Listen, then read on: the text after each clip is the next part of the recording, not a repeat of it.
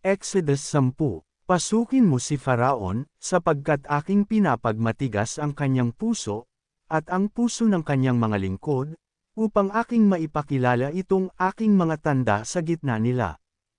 At upang iyong maisaysay sa mga pakinig ng iyong anak, at sa anak ng iyong anak, kung anong mga bagay ang ginawa ko sa Ehipto, at ang aking mga tandang ginawa sa gitna nila, upang inyong maalaman, na ako ang Panginoon. At pinasok ni Moises at ni Aaron si Faraon at sinabi sa kanya, ganito ang sabi ng Panginoon, ng Diyos ng mga Hebreo, hanggang kailan tatanggi kang mga yupa pa sa harap ko? Payaunan mo ang aking bayan, upang ako'y mapaglangkuran nila. O kung tatanggihan mong payaunan ang aking bayan, ay narito, bukas ay magdadala ako ng mga balang sa iyong hangganan.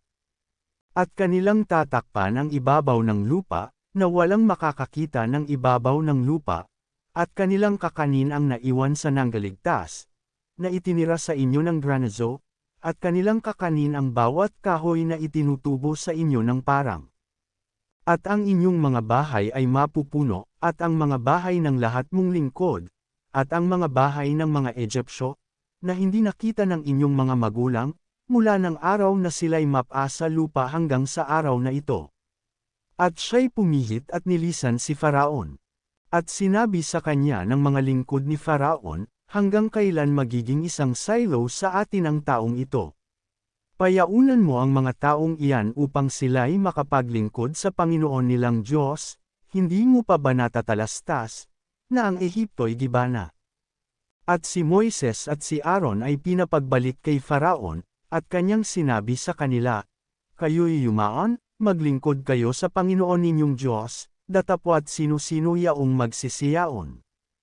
At sinabi ni Moises, kami ay yayaon 10 ng aming mga bata at 10 ng mga matanda, 10 ng aming mga anak na lalaki at babae, 10 ng aming mga kawan at 10 ng aming mga bakahan, kami ay yayaon, sapagkat kami ay nararapat magdiwang ng isang pista sa Panginoon. At kanyang sinabi sa kanila, sumainyo nawa ang Panginoon, na gaya ng aking pagpapayaon sa inyo, at sa inyong mga bata, mag-ingat kayo, sapagkat ang kasamaan ay nasa harap ninyo. Huwag ganyan, yumaon kayong mga lalaki, at maglingkod sa Panginoon, sapagkat iyan ang inyong ninanasa. At sila'y pinaalis sa harap ni Faraon.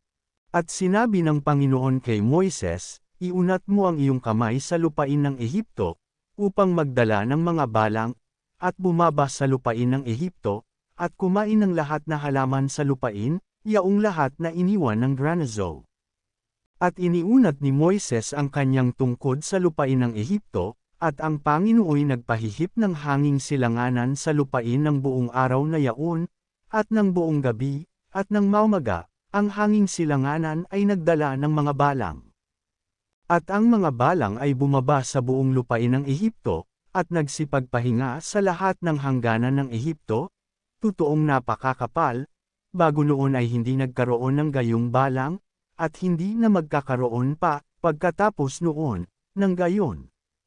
Sapagkat tinakpan ng mga yaon ang balat ng buong lupa, na anupat ang lupain ay nagdilim, at kinain ang lahat na halaman sa lupain, at ang lahat na bunga ng mga kahoy na iniwan ng granazo, at walang natirang anumang sariwang bagay, maging sa punong kahoy o sa halaman sa parang, sa buong lupain ng Ehipto.